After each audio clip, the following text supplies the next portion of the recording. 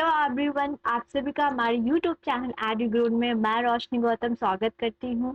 तो टेंथ बच्चों, आप सब रेडी हो मेरे साथ इकोनॉमिक्स करने के लिए? बहुत सिंपल वे से करेंगे, तो चारों चैप्टर जरूर देखिएगा। 1 to 1 मैं बिल्कुल लेमैन लैंग्वेज बहुत सिंपल वे से समझाऊंगी। और अगर आपको ये पीडीएफ के फॉर्म में चाहिए, नोट्स चाहिए, तो टेलीग्राम ज्वाइन कर लीजिए। बहुत इजी वे से पीडीएफ बनाया है, पीपीटी बनाया है, उसको आपको इजीली वे से मिल जाएगा। पढ़िए और एग्जाम में लिख के आइए, फुल आउट ऑफ फुल आपको मार्क्स आएगा। तो बच्चों, आप सब रेडी है मेरे साथ इकोनॉमिक्स करने के लिए? तो आज का चैप्टर है chapter 2, sector of Indian economy. चले करें। चलिए जल्दी से लाइव आ जाइए, मेरे साथ ज्वाइन करिए। और आज हम करेंगे, बहुत इजी वे से करेंगे। चलिए, तो चैप्टर 2 जो है वो इंडियन इकोनॉमी है। इंडियन इकोनॉमी में क्या क्या, जल्दी से कमेंट सेक्शन में बताते रहिए आप लोग कि इंडियन सेक्टर क्या होता है, कितने टाइप्स ऑफ सेक्टर है स्टूडेंट्स हमारी इकोनॉमी में। तो देखिए, जो एक्टिविटीज है ना, दो activities which generate some income, वो एक्टिविटीज जिससे कोई इनकम जनरेट होता है उसको हम क्या बोलते हैं? Economic activities. अगर क्वेश्चन आता है इकोनॉमिक एक्टिविटीज क्या है, जिससे इनकम जनरेट होती है, उसे हम इकोनॉमिक एक्टिविटीज कहते हैं। एग्जाम्पल के तौर से भी देख लेते हैं। एग्जाम्पल में क्या होगा? Computer engineer creating software. अब जब कंप्यूटर इंजीनियर आप बनेंगे और आपने अगर क्या किया, सॉफ्टवेयर बना for profit is making money. अब वो सॉफ्टवेयर क्यों बनाएगा? क्योंकि उसको इनकम मिलेगा। और वो कर क्या रेंडर कर रहा है? अपने वर्क पर रेंडर कर रहा है। तो कोई भी इंसान, कोई भी आपके मम्मी पापा भी वर्क करते होंगे, तो किस लिए करते हैं? इनकम के लिए। समझ आ गया? तो उसको हम इकोनॉमिक एक्टिविटीज कहते हैं। सो स्टूडेंट्स, जो डिवीजन ऑफ इकोनॉमिक एक्टिविटीज है वो फर्स्ट है प्राइमरी सेक्टर। जल्दी से अपने नोटबुक निकालिए और मेरे साथ ये लिखते जाइएगा। फर्स्ट है primary sector, second is tertiary sector. और जिसको जिसको आता है कि प्राइमरी सेक्टर क्या है, सेकेंडरी सेक्टर, एक एक जल्दी से मुझे एग्जाम्पल कमेंट सेक्शन में जल्दी से बताइए। तो प्राइमरी सेक्टर स्टूडेंट्स वो सेक्टर होता है जो कि फार्मिंग एक्टिविटीज, एग्रीकल्चर, किसी के फादर क्या होंगे? एग्रीकल्चर फार्मर होंगे, तो उनका क्या नाम दिया गया है? Primary sector. बहुत, और हमारे इंडिया में इसकी बहुत इंपॉर्टेंट है, क्योंकि बहुत मोस्ट ऑफ द पॉपुलेशन है वो कहाँ पे डिपेंड है? प्राइमरी सेक्टर में। ओके, फिर हम सेकेंडरी सेक्टर की तरफ जाते हैं। जो भी मैन्युफैक्चरिंग, मैन्युफैक्चरिंग क्या होगी? जब अगर हमने व्हीट बनाया, उसको हमने ब्रेड में कन्वर्ट कर दिया, तो मैन्युफैक्चर होगा। और जो आपकी इंडस्ट्रीज होती है ना, वो क्या होता है? आपका सेकेंडरी सेक्टर। ओके, समझ आ रहा है? फिर आती है टर्शियरी सेक्टर। अच्छा, टर्शियरी सेक्टर तो बेस्ट एग्जाम्पल रोशनी मैम ही देंगी कि एक टीचर है, वो क्या दे रही है? रेंडर कर रही है अपनी सर्विसेज, तो वो क्या होगा? वो आपकी टर्शियरी सेक्टर में। तो इकोनॉमिक्स पढ़ाने वाले, आपके मैथ्स पढ़ाने वाले, साइंस पढ़ाने वाले अपनी सर्विसेज दे रहे हैं, तो वो कौन से सेक्टर में आएंगे? टर्शियरी सेक्टर में। वाह, अब हमें समझ आ गया। फिर बच्चे जल्दी से कमेंट सेक्शन में बताइए नेक्स्ट में आपको समझ आ गया। तो हम 1 by 1 डिटेल में स्टडी करेंगे। तो चलिए देखिए, प्राइमरी सेक्टर क्या होता है। Primary sector in which goods are produced by exploiting natural resources. हमारे यहाँ पे बहुत सारे नेचुरल रिसोर्सेज है, अगर हम उसका यूज नहीं करेंगे तो क्या होगा? वो वेस्ट हो जाएगा। जब हम नेचुरल रिसोर्सेज को यूज करते हैं और गुड्स को प्रोड्यूस करते हैं, उसको हम प्राइमरी सेक्टर कहते हैं। और कैसे हम कह सकते हैं, देखते हैं। तो दिस सेक्टर, अब इस प्राइमरी सेक्टर को स्टूडेंट्स क्या बोलते हैं? Agriculture and related sector. Okay, हमें समझ आ रहा है। ओके, तो क्या होता है? प्राइमरी सेक्टर को और क्या बोल सकते हैं? एग्रीकल्चर। और रिलेटेड सेक्टर क्या होता है? जल्दी से मुझे कमेंट सेक्शन में बताइए, रिलेटेड सेक्टर क्या होगा? अब एग्जाम्पल भी देख लेते हैं। When we produce goods by exploiting natural resources, it is an activities of primary sector. Example के तौर पे क्या है? एग्रीकल्चर। लो, हमारे स्लाइड पे ही तो आंसर था।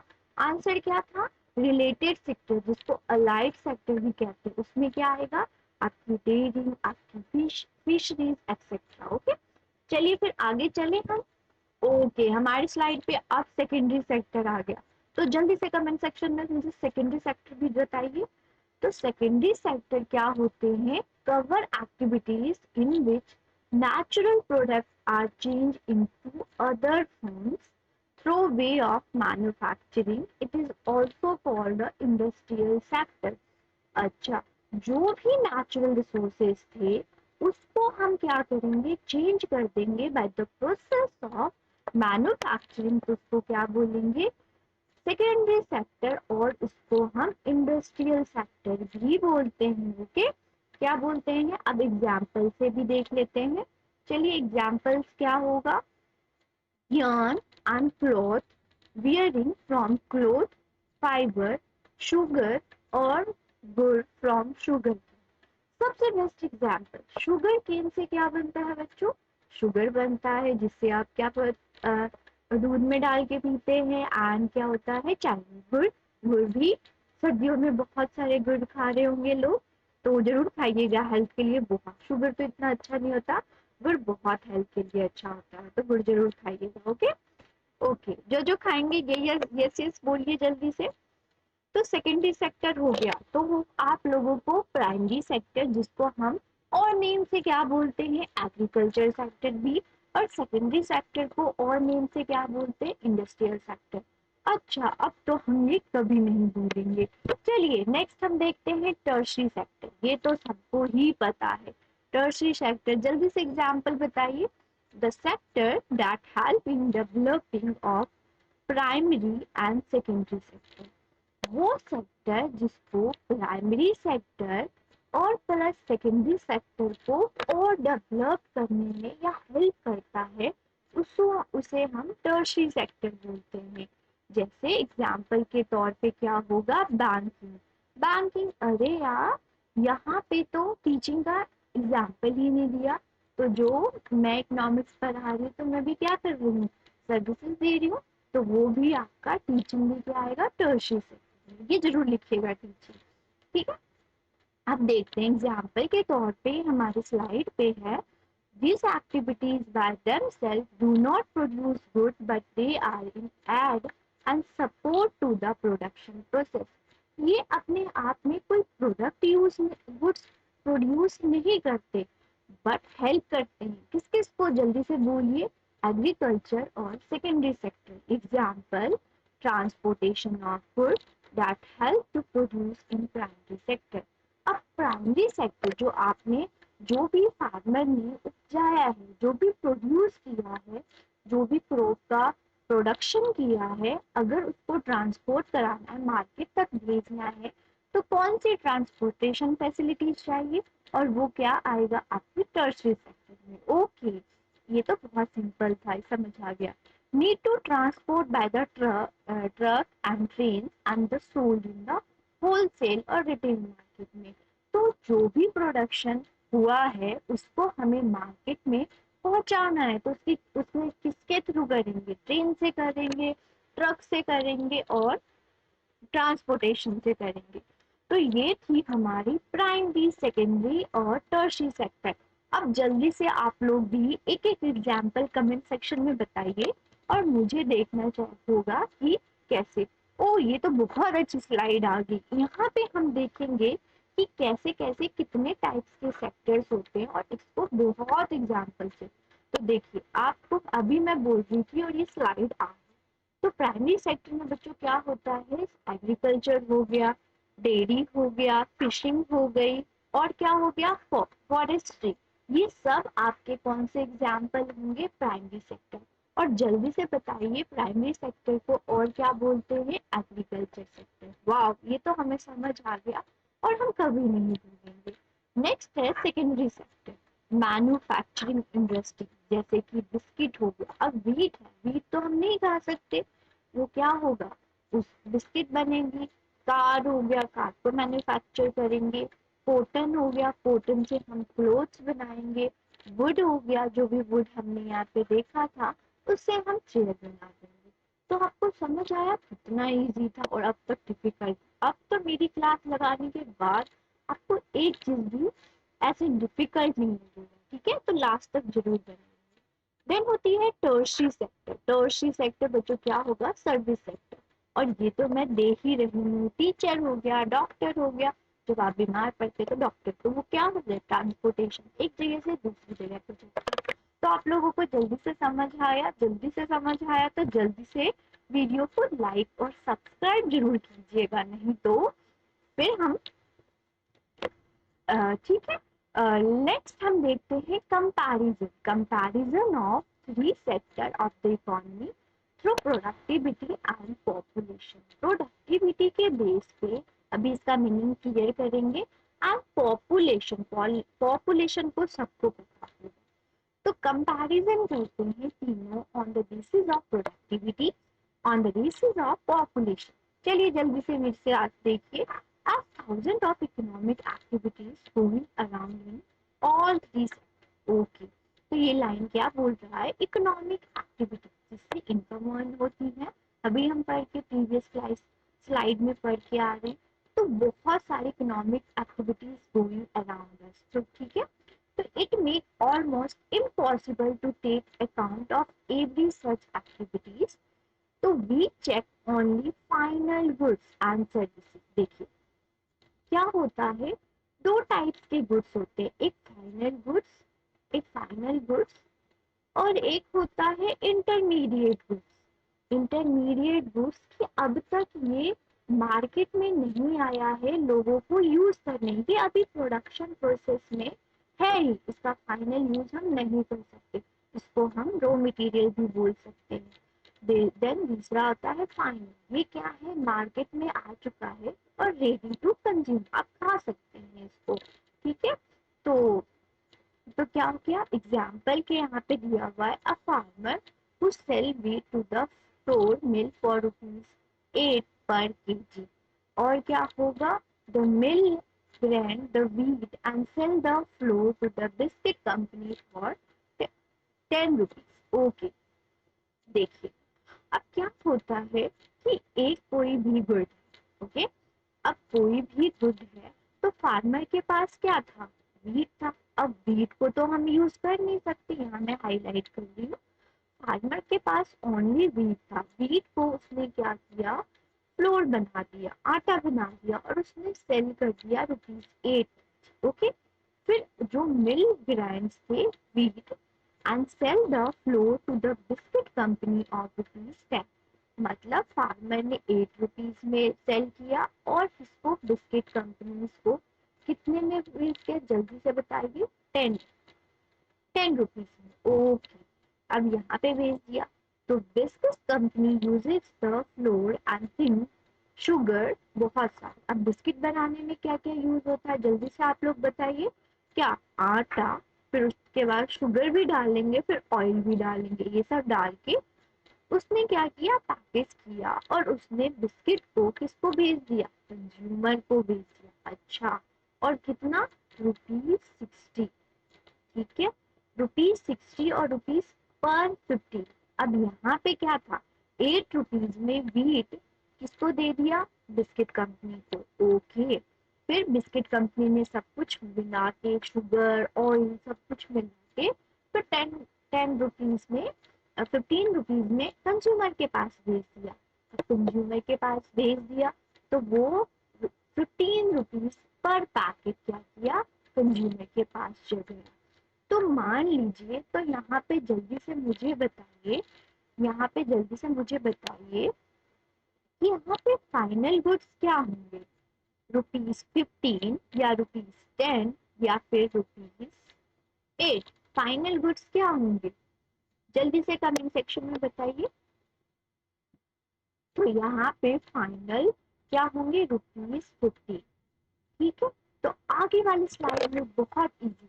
तो goods and services are two types, अभी हम पढ़ के आ रहे हैं। तो फाइनल गुड्स जो ₹15 में हमारा बन के तैयार हुआ, means those goods and services that are directly consumed by the consumer and are not used for further production and processing. Final goods वो गुड्स होते हैं जो कि फाइनली कंज्यूम होता है कंज्यूमर। जैसे कि आप लोग मार्केट में जाएंगे, बिस्किट बोलेंगे, आपको फ्लोर तो खरीदना नहीं है, आपको उसमें और चीजें मिलानी नहीं है, आपने लिया और खा लिया, तो वो क्या होगा, फाइनल गुड्स। ओके, वो सर्विसेज भी हो सकता है।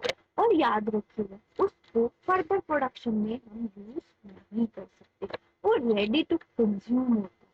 नेक्स्ट है इंटरमीडिएट गुड्स। इंटरमीडिएट गुड्स बच्चों वो गुड्स होते हैं कि दैट आर फर्दर, इसको हम ये अभी तक फैक्ट्री मार्केट गेट में नहीं आया है, not ready to use for consumption, ये अभी इसका फर्दर प्रोडक्शन होगा।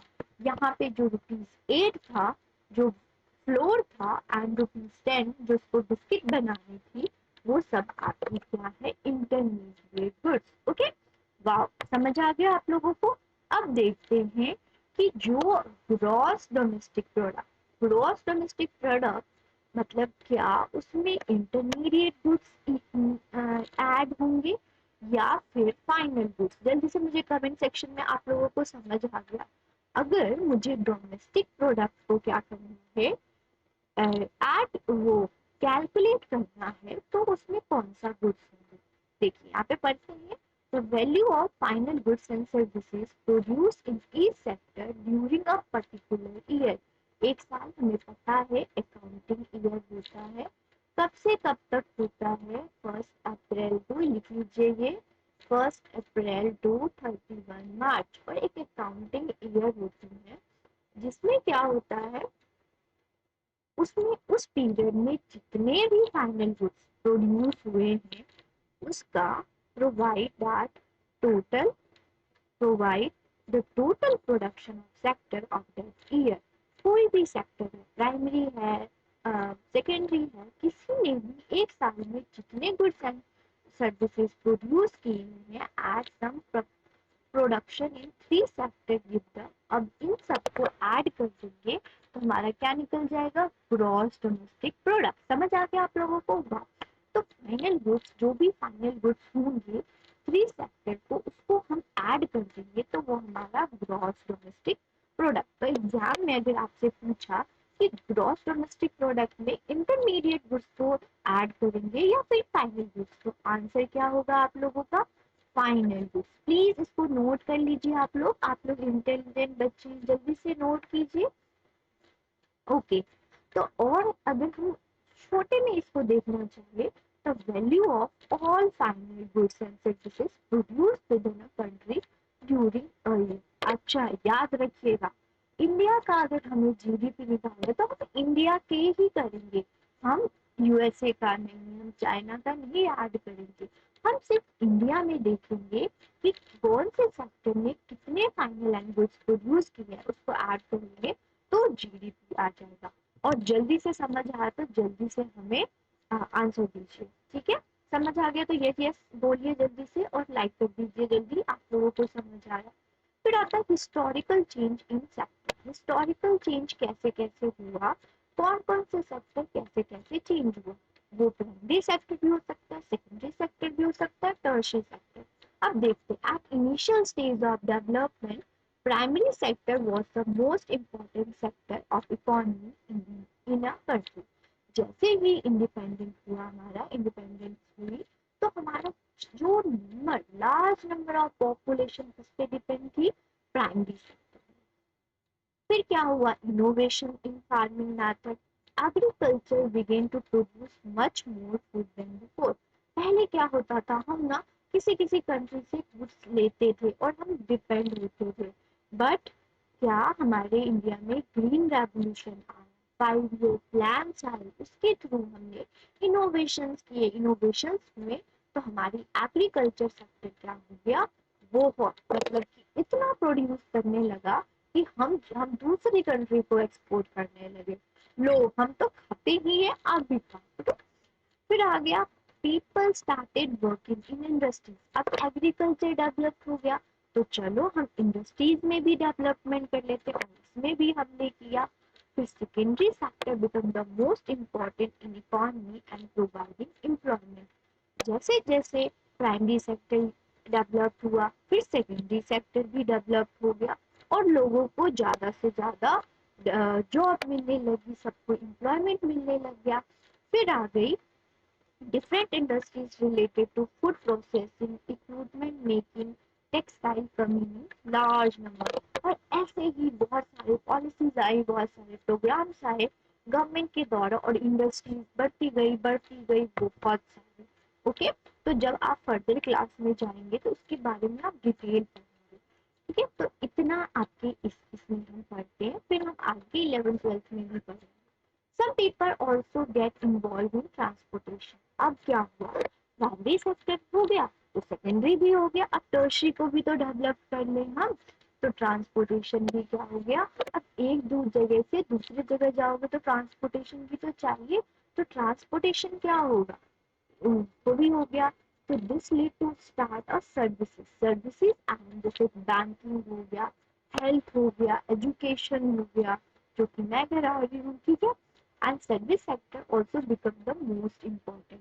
फिर हमारे और तो और जो सर्विस सेक्टर हुआ वो इतना डेवलप्ड हो गया, तो प्राइमरी सेक्टर सेकेंडरी सेक्टर को भी पीछे छोड़ दिया। देखिए, ये सबसे पीछे। तो आप क्या इकोनॉमिक्स में अच्छे ना नंबर लाओगे, क्योंकि आपको रोशनी मैम पढ़ा रही है। ठीक है, तो देखिए, most important sector in term of total production started employing more. अब प्राइमरी में भी एम्प्लॉयमेंट होने लगी, सेकेंडरी में भी एम्प्लॉयमेंट, और टर्शियरी इतना हो गया।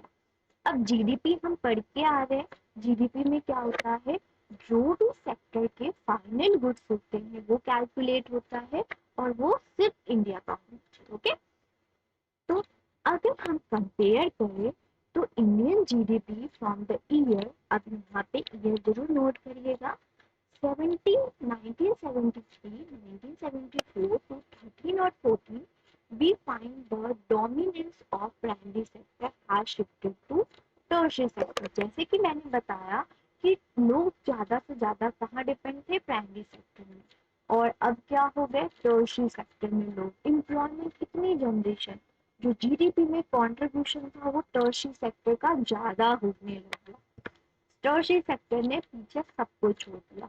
आगे देखते हैं, rising important of tertiary sector in production. अब हमने टर्शियरी सेक्टर का इम्पोर्टेंस देखना है कि वो प्रोडक्शन में कैसे हेल्पफुल है। देखो, ओवर द 40 ईयर बिटवीन, अब देखो 1973 से 74, 13 14 40 ईयर हो गया, while production in all three sectors have increased। तीनों सेक्टर में क्या हुआ, प्रोडक्शन इंक्रीज हुआ to a great extent. It has increase most in the tertiary sector. तीनों सेक्टर के कंपैरिजन जो टर्शियरी सेक्टर था उसमें बहुत डेवलपमेंट हुई, बहुत। Now the tertiary sector has emerged as the largest producer। ये क्या है, नोट कर लीजिएगा स्टूडेंट इसको, largest producing sector in India, and it has replace primary in term of GDP. GDP में भी, जीडीपी मतलब कि इंडिया के जो डोमेस्टिक प्रोडक्ट, जो इंडिया के इनकम में भी सबसे ज्यादा किसका होने भी लग गया, टर्शियरी सेक्टर। तो इस पॉइंट को जल्दी लिखिए, अगर एग्जाम में पूछते कि कौन से सेक्टर ज्यादा कंट्रीब्यूट करता है जीडीपी में, तो आंसर आपका क्या होगा, टर्शियरी। Very good. नेक्स्ट हम पढ़ते हैं, there are the various factor behind this, let's study. अब इसके पीछे बहुत बहुत किसी ना किसी का क्या होता है, हाथ होता ही है। तो इसके आगे भी देखते हैं क्या है। चलिए इस ग्राफ को देखिए, अगर हम देखें तो हमारा सबसे ज्यादा पहले क्या था, प्राइमरी सेक्टर, फिर क्या टर्शियरी सेक्टर, फिर सेकेंडरी सेक्टर। फिर अब देखिए 2013-14 की अगर हम देखें तो सबसे ज्यादा हमारी क्या है, tertiary sector, then secondary sector, और देन क्या है, प्राइमरी सेक्टर। प्राइमरी सेक्टर में लोग जो कम डिपेंड होते हैं, और जीडीपी का जो कंट्रीब्यूशन है सबसे ज्यादा है, याद रखिएगा, सबसे ज्यादा टर्शियरी में, फिर सेकेंडरी में, फिर प्राइमरी। ओके, तो इस चीज को जल्दी से याद रखिएगा। तो रीजन व्हाई, अभी हमने देखा क्यों tertiary sector becoming the most important in India. अब टर्शियरी सेक्टर क्यों इम्पोर्टेंट है, चलिए भी देखते हैं। It provide basic services. Basic services क्या होगा, देखिए हॉस्पिटल, हॉस्पिटल में बहुत लोग, बहुत जरूरत होती है हमारे लिए। फिर पोस्ट ऑफिस, अगर आपका इधर से उधर सामान, टेलीग्राफ चीजें हो गई, टीचिंग हो गई, एजुकेशन हो गई, तो ये बेसिक। आपका, आपको खाने के बाद, रहने के बाद, पहनने के बाद जो बेसिक नीड्स होते हैं, जो हमारे स्टैंडर्ड ऑफ लिविंग को इंक्रीज करते हैं, वो ये सब। ओके, फिर देखिए for the development of agriculture और industries, transport and trade like activities are like. अगर हमें प्राइमरी एंड सेकेंडरी सेक्टर को डेवलप करने में, तो टर्शियरी सेक्टर बहुत इंपॉर्टेंट, बहुत मेन एम कंट्रीब्यूट करता है। ओके, फिर देखते हैं, with the increase in income level of the poor people, more services were needed or demanded by the people. जैसे जैसे लोगों की इनकम इंक्रीज हुई और लोग और ज्यादा डिमांड करने लगे, new services based on information communication has become essential. और अगर अभी की सिनेरियो देखें, तो ज्यादा से ज्यादा रिसर्च डेवलपमेंट, और आपको पता ही रोबोट आने लगी, ये कौन से सेक्टर में आते हैं, टर्शियरी सेक्टर में। ओके, तो देखिए कैसे कौन ज्यादा डेवलप हुआ, टर्शियरी सेक्टर तो मेन लीडर है। वाह, ये एग्जांपल तो मस्त है ना। देखिए प्राइमरी सेक्टर को भी पीछा छोड़ दिया, सेकेंडरी सेक्टर को पीछा छोड़ दिया, और टर्शियरी सेक्टर मेन लीडर हो गया। वाह, ये तो बहुत है। फिर देखते हैं where are the most people employ. अब मैं आप देखेंगे कि टर्शियरी सेक्टर बहुत ज्यादा डेवलप हुआ, और प्राइमरी सेक्टर को, सेकेंडरी सेक्टर को डेवलप करने में टर्शियरी सेक्टर बहुत इंपॉर्टेंट है। लेकिन जो पीपल है वो कहाँ पे ज्यादा, कहाँ पे ज्यादा जॉब मिल रही है। In the period of during 1973-74, 40% is contributed by the primary। अगर हम 73 और 74 की बात करें, तो 40% जो लोग थे वो कहाँ डिपेंड थे, प्राइमरी सेक्टर। अरे फिर secondary sector only 12% and 48% contribute by the tertiary. समझ आ गया। तो क्या होता, 40% primary, 12% secondary and 48% by tertiary. Okay, employment percent during the period of 1972-73, people of India are engaged in primary sector while only 15 are involved। सबसे ज्यादा, जब 77 72 74 की बात करें स्टूडेंट, तो सबसे ज्यादा जो 74, लिख लीजिएगा, 74% of people are depend only on primary sector, not on, only 15% जो थे वो टर्शियरी सेक्टर में डिपेंड। अगर हम ये दो का ही करिएगा, ठीक है, आपका एग्जाम में 1972 और 73, और क्या कौन से डाटा हम करेंगे, और ये डाटा जरूर लिख के आइएगा, बहुत अच्छा इम्पैक्ट डालते हैं, और टीचर आपको फुल मार्क्स देंगे। ठीक, तो 13 और 14 इसलिए बोल दूँ, टेलीग्राम को ज्वाइन कीजिए, आपको ये अच्छा अच्छा पीडीएफ मिलेगा, और अच्छे अच्छे से आप पढ़ लीजिएगा। तो अगर हम 13 14 की बात करें स्टूडेंट, तो percentage of contribution of tertiary sector in GDP increase reach 67। सच में ये तो मेन जीरो निकला, 67%, और primary sector only 12%, and primary contribute to the largest employment during 11। ठीक है, अब यहाँ पे हम कंपैरिजन करते हैं, ये ग्राफ आपका बहुत अच्छा है। ठीक है, अब देखिए यहाँ को, इसको बच्चों इसको ध्यान से देखिएगा। यहाँ पे हम देखेंगे कि जो सारे थ्री सेक्टर जो हैं, थ्री सेक्टर, उनका जीडीपी में क्या कंट्रीब्यूशन है, और देन देखेंगे एम्प्लॉयमेंट जनरेशन में क्या कंट्रीब्यूशन, लोगों को जॉब कैसे प्रोवाइड, जॉब। ओके, तो पहले हम कंट्रीब्यूशन देखते हैं। तो देखिए पहले सबसे ज्यादा क्या था, सबसे ज्यादा प्राइमरी सेक्टर, फिर क्या था टर्शियरी सेक्टर, और फिर सेकेंडरी सेक्टर।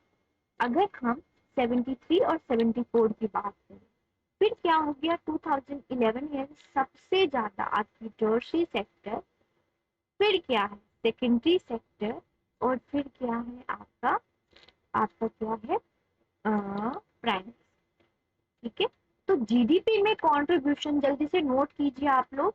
जीडीपी में कंट्रीब्यूशन, जीडीपी ग्रोथ करने के लिए, किसी कंट्री का जीडीपी ग्रोथ करने के लिए सबसे ज्यादा है टर्शरी सेक्टर अभी 2013-14 की डाटा देखे तो, देन सेकेंडरी सेक्टर, फिर है प्राइमरी।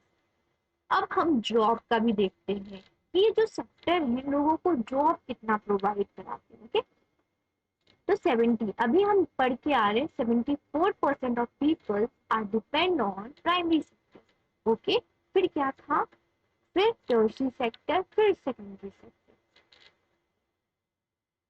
ओके,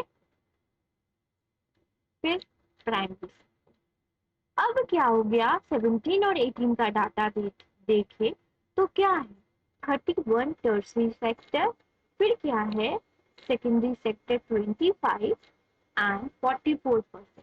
मतलब परसेंटेज क्या हो गया लोगों का, डिपेंड कम हो गया। जहां पे 74% था, 71 था, अब क्या हो गया 44। तो dependency on the primary sector हो गई। ठीक है, तो ये चीज जल्दी से एक बार गो थ्रू करिए एंड इसको आप हमारे टेलीग्राम चैनल पे जरूर लिख लीजिए। तो डिफरेंट टाइप ऑफ अनएम्प्लॉयमेंट। अब देखते हैं अनएम्प्लॉयमेंट। बच्चों अगर हम कॉमन लैंग्वेज में अनएम्प्लॉयमेंट पढ़ना चाहे तो वो जो काम करना चाहते हैं बट उनको जॉब नहीं मिल रहा, उनके पास डिग्री भी है, वो काम भी करना चाहते बट वो उनको जॉब नहीं मिल रही है, उसको अनएम्प्लॉयमेंट बोलेंगे। ठीक है, तो अंडर एम्प्लॉयमेंट और डिस्गाइज एम्प्लॉयमेंट। अब डिस्गाइज एम्प्लॉयमेंट क्या है कि देखिए एक लैंड है, अगर रिक्वायरमेंट 4% की है तो यहाँ पे लोग जो है वो 10%, 10 लोग काम कर रहे हैं। रिक्वायरमेंट कितनी है, 4 लोगों की, लेकिन काम कितने कर रहे हैं, 10। तो जो हमारी 6 जो लोग होते हैं वो डिसगाइज एम्प्लॉयमेंट मानते हैं, मतलब अनवांटेड लोग हैं, इनकी प्रोडक्टिविटी क्या है, जीरो माना जाता है। ठीक? फिर सीजनल अनएम्प्लॉयमेंट क्या है कि कोई सीजन, जैसे वीट का अगर सीजन हो वहां पे क्या होगा, उनको सबको जॉब। अगर वीट का सीजन खत्म हो जाएगा तो उनको वो क्या होंगे, अनएम्प्लॉयमेंट। तो सीजन टू सीजन लोग अनएम्प्लॉयड हो जाते हैं। ठीक है, तो यहाँ पे क्या है मैंने आपको समझा दिया। Unemployment means disguise. यहाँ पे लिखिए situation more people are engage than requirement, जितनी की जरूरत है उससे ज्यादा क्या है लोग वहां पे उस लैंड पे, पर्टिकुलर लैंड पे वर्क कर रहे हैं, वो होगा डिस्गाइज अनएम्प्लॉयमेंट। सीजनल अनएम्प्लॉयमेंट वो अनएम्प्लॉयमेंट होगा जहाँ पे if farmer are growing land only for rabi crops then they become a unemployment for the rest of। अगर वो रबी क्रॉप पे ही है तो और चीजों पे क्या होगे, और जो सीजन होगा उसमें क्या हो जाएगा, अनएम्प्लॉयमेंट। तो वो सीजनल अनएम्प्लॉयमेंट। ठीक है, जिस चीज का सीजन हो उसमें तो एम्प्लॉयड, अगर वो सीजन खत्म हो जाए तो वो अनएम्प्लॉयड हो जाएंगे। ठीक है, फिर देखते हैं हाउ टू क्रिएट एम्प्लॉयमेंट। अब देखिए, अब जो जॉब करना चाहते हैं फिर भी जॉब नहीं मिल रही, जो हमारे इंडिया में बहुत बड़ी ये प्रॉब्लम है, तो उसको कैसे हम जॉब देंगे, वन बाय वन पढ़ते हैं। बहुत इंटरेस्टिंग टॉपिक है ग्रांटिंग लोन। अब तक अगर लाइक नहीं किया ना तो बहुत मार पीटेगी, जल्दी से लाइक कर दीजिए और सब्सक्राइब कर दीजिए हमारे चैनल को। बहुत सिंपल सिंपल और ये चारों चैप्टर में करेंगे। Granting loan at lower rate of interest, loan दो इन्वेस्टमेंट के लिए लो रेट ऑफ इंटरेस्ट पे, जिससे अगर लो रेट ऑफ इंटरेस्ट पे मिलेगा तो इन्वेस्टमेंट क्या हो जाएंगी, इंक्रीज हो जाएंगी। फिर इन्वेस्टिंग इंफ्रास्ट्रक्चर। इंफ्रास्ट्रक्चर बच्चों जब भी आपको इंफ्रास्ट्रक्चर दिखे तो याद रखिएगा, जैसे बिल्डिंग ऑफ डैम, डैम बनाइएगा, ठीक है, तो वहां पे लोगों को जॉब मिलेगी। इंफ्रास्ट्रक्चर, रोड बनाना, रेलवे बनाना, ठीक है, तो इस पे increasing the efficiency of transportation and storage. Transportation facilities, road बनाओगे तो ट्रांसपोर्टेशन जल्दी होगा, तो क्या होगा, उससे इंक्रीज होगा। और स्टोरेज, स्टोर करने की क्या करे, चीजें बढ़ाएगी। कैसे, कोई भी अगर क्रॉप प्रोडक्शन हुआ है तो उसको स्टोर करे ताकि वो खराब ना हो। फिर नेक्स्ट है आपका प्रमोटिंग स्मॉल स्केल इंडस्ट्रीज जैसे मील मनी। अब जिसके पास इतना मनी नहीं है कि वो लार्ज स्केल पे प्रोडक्शन हो, तो अगर आपके पास थोड़ा ही मनी है, क्या करो, स्मॉल स्मॉल पे करो, फिर उसको ऐड करके ज्यादा मनी अर्न किया, फिर लार्ज स्केल कर लो।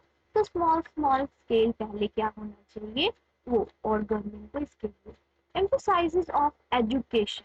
तो तभी कह रहे हैं इकोनॉमिक्स बनना है, बिजनेस करना है तो इकोनॉमिक्स जरूर पढ़िए, ठीक है। तो हमारे चैनल पे बने रहिएगा, आपको बहुत सिंपल वे से पढ़ाया जा रहा है यहाँ पे, ठीक है। एजुकेशन, ट्रेनिंग, ट्रेनिंग क्या होता है बच्चों, याद रखिएगा, ट्रेनिंग मतलब स्किल इंक्रीज करो, ठीक है।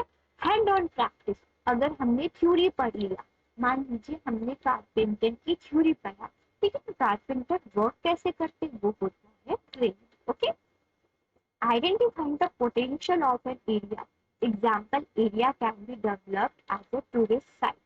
अब देखिए बहुत सारे टूरिस्ट वो आएंगे, विजिट करेंगे, इनकम हमारा increase. Government welfare schemes like government welfare, welfare motive के लिए, प्रॉफिट मोटिव के लिए नहीं, वेलफेयर जैसे कि वेल बना दीजिए, पंप बना दीजिए नियर द फार्म, ताकि इरिगेशन फैसिलिटीज हो, इलेक्ट्रिसिटी लो रेट पे मिले, बिल्डिंग हॉस्पिटल वहां पे आसपास हो, मार्केट हो। तो इन सब की वजह से क्या होगा, हमारी एम्प्लॉयमेंट, सब लोगों को जो पढ़े लिखे हैं उनको जॉब जरूर से मिलेगा। तो जल्दी से पढ़िए, जॉब तो मिलेगा ही मिलेगा, ठीक है। फिर आता है, चलिए स्टूडेंट, तो आगे क्लास को बढ़ाते हुए हम देखते हैं कि कौन कौन से पॉलिसीज और स्कीम आया गया गवर्नमेंट के द्वारा। तो मनरेगा, मनरेगा का जल्दी से फुल फॉर्म बताइए मुझे। देखिए स्क्रीन पे है बट आप लोगों को आना चाहिए। तो मनरेगा का फुल फॉर्म है Mahatma Gandhi national rural employment guarantee act, और ये 101% है स्टूडेंट, आएगा ही आएगा, तो जल्दी से इसको नोट कीजिए। एक्ट 2005 नोन एज मनरेगा, और कब आया था ये पूछेंगे, 2005 में। इसमें क्या था बच्चों कि ये रूरल एरिया में लाया गया, मनरेगा एक स्कीम है उसके, वो बोलते हैं those are able to work, जो काम करना चाहते हैं, और आर नीड ऑफ वर्क, जो काम करना चाहते हैं और जिनको जरूरत है, उनको 100 डेज एम्प्लॉयमेंट क्या मिलेगा, जॉब मिलेगा इन एन ईयर, एक साल में 100 डेज जॉब मिलेगा बाय द गवर्नमेंट, जो काम करना चाहते हो जिनको जरूरत है, ठीक है। रूरल एरिया में, अर्बन एरिया में अब आ रहा है धीरे धीरे, लेकिन रूरल एरिया में ये इम्प्लीमेंट हुआ था। If the government fail in its duty to provide employment, it will be unemployment allowances to the people. मान लीजिए कि गवर्नमेंट फेल हो गई, मतलब वो दे नहीं पाई, तो वो क्या देंगी, जैसे स्कॉलरशिप मिलता है ना, वैसे ही अनएम्प्लॉयमेंट अलाउंसेस मिलते हैं कि उनको पैसे मिलेगा, उनको सब्सिडी मिलेगी। तो मनरेगा समझ आ गया, वो 100 डेज, एक साल में 100 डेज मिलेगा रूरल पीपल जो काम करना चाहते। इन केस गवर्नमेंट नहीं प्रोवाइड करा पाई, तो उनको क्या मिलेगा, अनएम्प्लॉयमेंट अलाउंसेस, जैसे स्कॉलरशिप। अगर आप कोई अच्छा अपना टेस्ट अच्छा करते तो आपको स्कॉलरशिप मिलता है ना, वैसे। फिर आता है various way to provide employment opportunity in rural area. कौन कौन सी वे हैं जिसमें एम्प्लॉयमेंट प्रोवाइड कराते हैं रूरल एरिया में। Provide loan to the small farmer for cultivation, जो छोटे छोटे फार्मर्स हैं उनको क्या दो, लोन दो, ताकि वो कल्टीवेशन कर दे। इरिगेशन, जहाँ पे पानी का हो सके, एंड सो वो रेनफॉल पे डिपेंड ना हो, वो मैन मेड इरिगेशन पे डिपेंड हो। डैम्स बनाइए, कैनाल बनाइए, जिससे लोगों को जॉब मिलेगी। कंस्ट्रक्शन ऑफ रोड बनाइए, अभी हम पढ़ के आए हैं, मोर मोर स्कूल बनाइए ताकि वहाँ पे लोग पढ़े भी और लोगों को एम्प्लॉयमेंट मिले। Improve health sector situation, increase कीजिए जहाँ पे डॉक्टर हो, नर्स हो, ठीक है। तो इससे क्या होगा, एम्प्लॉयमेंट। अब देखिए डॉक्टर की जरूरत होती है, टीचर्स की जरूरत होती है, तो वहाँ पे क्या होना चाहिए, जॉब प्रोवाइड, तो क्या होगा, एम्प्लॉयमेंट मिल जाएगा, सबको जॉब मिल जाएगी। नेक्स्ट स्लाइड है बच्चों, the various way to create more employment in the agriculture. कैसा कैसा है ये अभी हम पढ़ के आ गए हैं, तो इसको पढ़ने की जरूरत नहीं है। अब मेन आपका होता है दो बहुत इंपॉर्टेंट है, एक होता है ऑर्गेनाइज सेक्टर, ठीक है, और दूसरा होता है अनऑर्गेनाइज सेक्टर। इससे आपको दोनों समझ आएगा। इंडिविजुअल के लिए आप हमारे टेलीग्राम चैनल जरूर ज्वाइन कीजिएगा। तो ऑर्गेनाइज और अनऑर्गेनाइज सेक्टर देखते हैं। ऑर्गेनाइज सेक्टर कहाँ होता है? जब जहाँ पे रूल्स रेगुलेशन हो, पता हो, जहाँ पे फिक्स मिनिमम वेज हो। ये देखिए, जहाँ ऑर्गेनाइज सेक्टर वो सेक्टर होता है जहाँ पे फिक्स वर्किंग आवर, आपको इतने से इतने मतलब 8 आवर्स वर्क करना। अनऑर्गेनाइज कोई भी फिक्स आवर्स, जब मर्जी काम करो। यहाँ पे ऑर्गेनाइज सेक्टर में क्या, मिनिमम बेस आपको मिलेगा। मिनिमम बेस, ताकि अपना जो स्टैंडर्ड ऑफ लिविंग है वो मेंटेन आप कर सके। लेस देन, यहाँ पे इनको लेस देन मिनिमम बेस मिलते, जितना इनको रिक्वायरमेंट होता है उतना नहीं मिलता। यहाँ पे सिक्योर एम्प्लॉयमेंट, यहाँ पे सिक्योर कि मतलब कि आपके मन में इतना डर नहीं रहेगा कि मेरी जॉब चली जाएगी। यहाँ पे क्या होगा, अनसिक्योर होता है, कभी भी आपकी जॉब जा। इंजॉयबल वर्किंग कंडीशन, लेकिन जहाँ पे काम करते हैं वहाँ एनवायरमेंट फिजिकली और लोग भी क्या है, अच्छे लोग होते हैं। यहाँ पे वर्किंग कंडीशन अच्छी नहीं होती, जैसे कि अदर फैसिलिटीज बात कर ले, मेडिकल हो गया, मेडिकल फैसिलिटीज होती हैं, प्रोविडेंट फंड मिलता है, या पेंशन मिलते हैं। यहाँ पे कोई ऐसा सोशल सिक्योरिटी स्कीम्स नहीं मिलती, ठीक है। पर आप लोगों का होमवर्क है, जल्दी से कमेंट सेक्शन में कल हम जब करेंगे ना नेक्स्ट चैप्टर, उसमें जरूर पूछूंगी सोशल सिक्योरिटी स्कीम्स क्या क्या होते हैं और आप लोगों को आंसर देना पड़ेगा, ठीक है। नेक्स्ट हम देखेंगे, नेक्स्ट हम बच्चों देखते हैं कि जल्दी से क्लास वाइंड अप करेंगे। ऑर्गेनाइज समझ आ गया, जहाँ पे सब कुछ स्ट्रक्चर्ड और सब कुछ फिक्स्ड होता है। अनऑर्गेनाइज सेक्टर जहाँ पे कोई भी फिक्स नहीं होता, एविंग चल रहे होते हैं, ठीक है। फिर आता है why do worker in the unorganised sector need protection issues like this. अब देखिए, अनऑर्गेनाइज है, कुछ भी ऑर्गेनाइज नहीं है, कोई भी सेट ऑफ रूल्स रेगुलेशंस नहीं है। जब आप स्कूल में जाते हैं सब कुछ रूल रेगुलेशन होता है, जब फ्रेंड्स के बाद वहां पे रूल्स रेगुलेशन, आप कुछ भी बोल सकते हैं। देखिए, तो अब है वाई वर्कर, मतलब कि जो वर्कर है वो अनऑर्गेनाइज सेक्टर में है, उनको प्रोटेक्शन क्यों चाहिए, लाइक वेज की, सेफ्टी की और हेल्थ की। फर्स्ट देखते हैं, एम्प्लॉय मतलब जो काम कर रहे हैं, refuse to follow law that protect labour, this is why protection is needed, ठीक है। इसीलिए मतलब वो बोल सकते हैं नहीं ये लॉ है ही नहीं, तो हमें जरूरत है कि अनऑर्गेनाइज सेक्टर में बहुत सारे लॉज होने चाहिए, राइट। फिर the worker are not paid for fair wages, इनको अच्छे वेज नहीं मिलता है, तो उसके लिए job is not secure. Job क्या होता है, कभी भी जा सकती है, मन में एक फियर सा होता है, ओ मेरी आज है, सुबह उठ के उठूंगा तो मेरी जॉब चली जाएगी, इसीलिए चाहिए।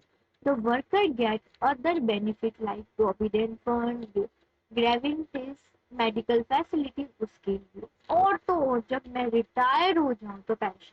तो मेरे साथ रिपीट कीजिए, क्या लॉ चाहिए प्रोटेक्शन के लिए, कि अच्छा उनको वेज भी चाहिए, सोशल सिक्योरिटी स्कीम मैंने हिंट दे दिया है, फिर भी आप जून के आना, पेंशन मिले, इसीलिए उनको क्या चाहिए, अनऑर्गेनाइज सेक्टर को ये सारे प्रोटेक्शन चाहिए। ओके, अब आ गया नेक्स्ट स्लाइड है, how to protect the worker under unorganise. कैसे कैसे worker, there are many group of vulnerable people who need protection in organized। बहुत सारे पीपल हैं जिनको प्रोटेक्शन चाहिए अनऑर्गेनाइज सेक्टर। अब रूरल एरिया की बात करें तो farmer can support through the adequate facilities, timely delivery of seed, agriculture input और क्रेडिट स्टोरेज। रूरल एरिया में जो फार्मर है उनको सपोर्ट कैसे कर सकते हैं, उनको टाइमली डिलीवर करो सीड्स को, एग्रीकल्चर इनपुट को, और क्रेडिट दो, और स्टोरेज, जब क्रॉप बन जाता है तो स्टोरेज फैसिलिटीज भी होनी चाहिए। रूरल हो गया, अर्बन में देखते हैं। अर्बन में क्या होगा, area small scale industries can be protected by government support by providing raw material and marketing of output. देखिए रूरल एरिया में क्या होता है, प्रिपोरिंग रॉ मटेरियल्स, मतलब कि जो भी कच्चा माल है उनको प्रोवाइड करे और मार्केट फैसिलिटीज दे, ज्यादा दूर दूर ना हो ताकि उनका जो प्रोडक्ट है वो इजीली बिक जाए। लास्ट है protection and support to the farmer and worker are necessary for economic and social development. Protection किसकी होनी चाहिए, फार्मर की और वर्कर की, जो कि बहुत इंपॉर्टेंट है अगर किसी कंट्री की सोशली और इकोनॉमिकली, फाइनेंशियली और मेंटली इसका डेवलपमेंट करना है किसी कंट्री को, तो प्रोटेक्शन बहुत जरूरी है। अब नेक्स्ट हम देखते हैं क्या होता है प्राइवेट सेक्टर और पब्लिक सेक्टर। बहुत इजी है। प्राइवेट सेक्टर को हम बोलते हैं जो कि प्रॉफिट मोटिव के लिए वर्क करता है। ठीक है, प्राइवेट सेक्टर वो सेक्टर होता है, the government on most of the assets and provide all the services. ठीक है,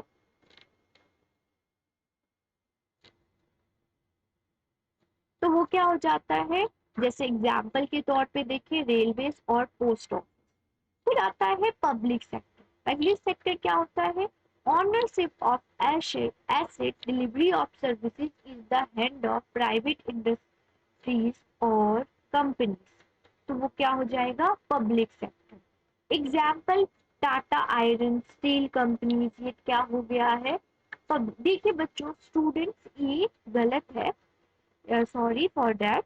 पब्लिक सेक्टर वो सेक्टर होते हैं जहाँ पे गवर्नमेंट ऑन एक्टिविटीज होती हैं, लेकिन जो प्राइवेट सेक्टर होता है वो सर्विस होती है जहाँ पे प्रॉफिट मोटिव। जो पब्लिक सेक्टर होती है वो वेलफेयर के लिए प्रॉफिट, याद रखिएगा इसको यहाँ पे करिए, वेलफेयर मोटिव से वर्क करती है। और कौन कौन सी है हमारी, जो रेलवेज हो गई, ठीक है, डिफेंस हो गया, वो पब्लिक सेक्टर। प्राइवेट सेक्टर वो सेक्टर होता है जहां पे प्रॉफिट मोटिव से वर्क किया जाता है, प्रॉफिट मोटिव से। ओके, तो इस स्लाइड को इग्नोर कर दीजिए। तो हम पब्लिक सेक्टर में बात करेंगे, रेलवेज हो गया, डिफेंस हो गया, रेलवेज हो गया, डिफेंस हो गया, वो क्या हो जाएंगे पब्लिक सेक्टर। और प्राइवेट में आप यहाँ से नीचे से एग्जाम्पल देखिएगा, जैसे टिस्लो, Tata iron and steel company, ये आपकी क्या हो जाएंगी प्राइवेट से। वाह, ये तो बहुत सिंपल चैप्टर था, हमने बहुत इजी से किया। तो यहीं पे बच्चों हम अपनी आज की क्लास एंड करते हैं, और जाते जाते लाइक जरूर करके जाना। और ठीक है, फिर नेक्स्ट चैप्टर में और फन करेंगे और बहुत इजी से पढ़ेंगे, ठीक है। और इसको लेने के लिए, इस पीडीएफ को लेने के लिए हमारे टेलीग्राम चैनल को जरूर ज्वाइन करें, और नेक्स्ट क्लास में मेरे साथ जरूर जुड़िएगा। इकोनॉमिक को बहुत इजी वे से हम पढ़ेंगे। ओके, तो ऑल द बेस्ट। एग्जाम जल्दी से करिए क्योंकि एग्जाम आ गया है। All the best. और कोई भी डाउट होता है तो बच्चों कभी भी पूछ सकते हैं। सब्सक्राइब करते जाइएगा। Thank you. Okay, good night.